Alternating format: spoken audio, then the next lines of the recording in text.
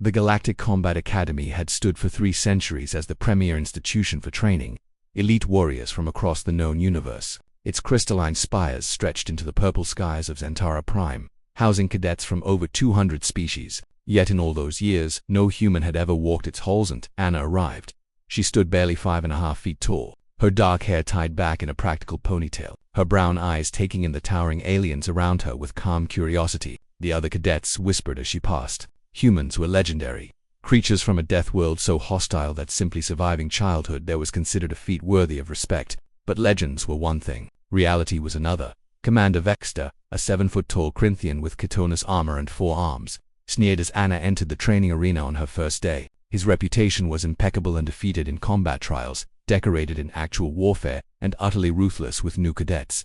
"The Deathworlder," he rumbled, his voice like grinding stone. "I've heard the stories. Your planet's gravity is crushing. Your atmosphere burns with oxygen. Your very water dissolves flesh. But here, those advantages mean nothing. Here, you're just soft meat." Anna said nothing. She simply took her place on the sparring mat, her stance relaxed, almost casual. The assembled cadets formed a circle. This was tradition. The commander tested every new arrival personally. Most species sent only their finest warriors. The Vexler sent their armored berserkers. The Quinta sent psychic masters who could bend minds. The Draconids sent warriors who could breathe plasma. Earth had sent Anna. Begin. Vexler roared and lunged forward with supernatural speed. His forearms became a blur, strikes designed to incapacitate in seconds. He'd used this technique to humble hundreds of cadets, teaching them that pride had no place in true combat.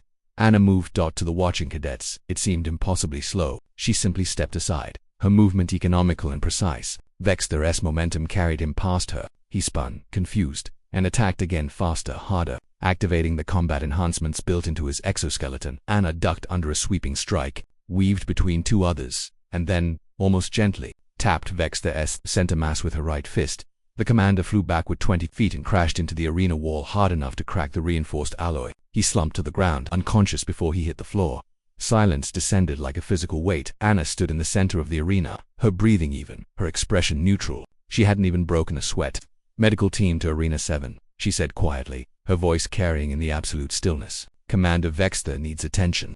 The incident should have ended there. A fluke, the cadets whispered. Some hidden technology, a weakness in Vexter's armor. But word spread like wildfire through the academy. The human had defeated the undefeated with a single punch. Jack, Anna's assigned partner for team exercises, was a fellow human, the only other one at the academy, tall and lean with sandy hair and an easy smile. He'd arrived 3 weeks before Anna and had already earned a reputation as remarkably durable. He'd walked off injuries that would hospitalize most species. "You're making waves," Jack said as they met in the academy's gravity gym, where environmental conditions could be adjusted to match any homeworld. "Half the school thinks you're a secret weapon. The other half thinks you've got lucky."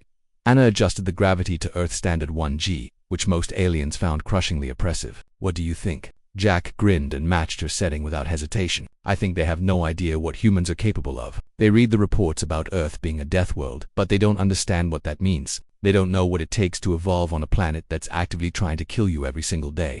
He was right. In the following weeks, the academy began to see patterns that terrified and fascinated in equal measure. Anna wasn't just strong, she was adaptable in ways that defied their understanding of biology. When the toxin resistance course exposed cadets to various alien poisons, substances that would kill most species in seconds, Anna's metabolism processed them like minor irritants. When the endurance trials pushed cadets to their absolute limits, Anna kept going long after others had collapsed. But it was in the strategy and combat integration course that everything changed.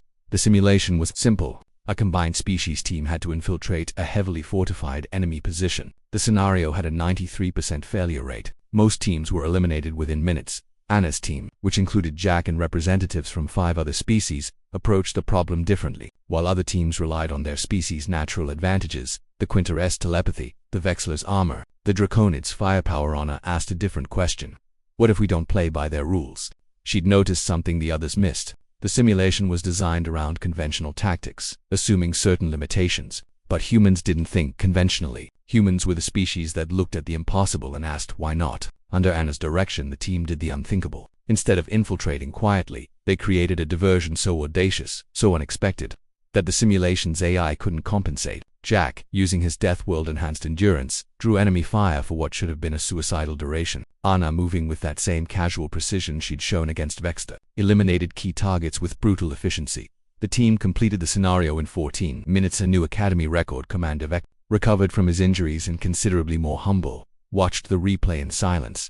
When it ended, he turned to the academy's headmaster, an ancient Quinta named Elder Sashman. "We've been training warriors for 3 centuries, Vector said slowly. "We've perfected techniques, strategies, and combat doctrines. But these humans, they don't fight like warriors. They fight like survivors. And there's a difference." Elder Sashman's telepathic presence rippled with agreement. "Earth is classified as a Class 12 death world. Only 43 exist in known space. To survive on such a world requires not just strength, but innovation, adaptability, and an unwillingness to accept defeat. Every human is forged in that crucible from birth.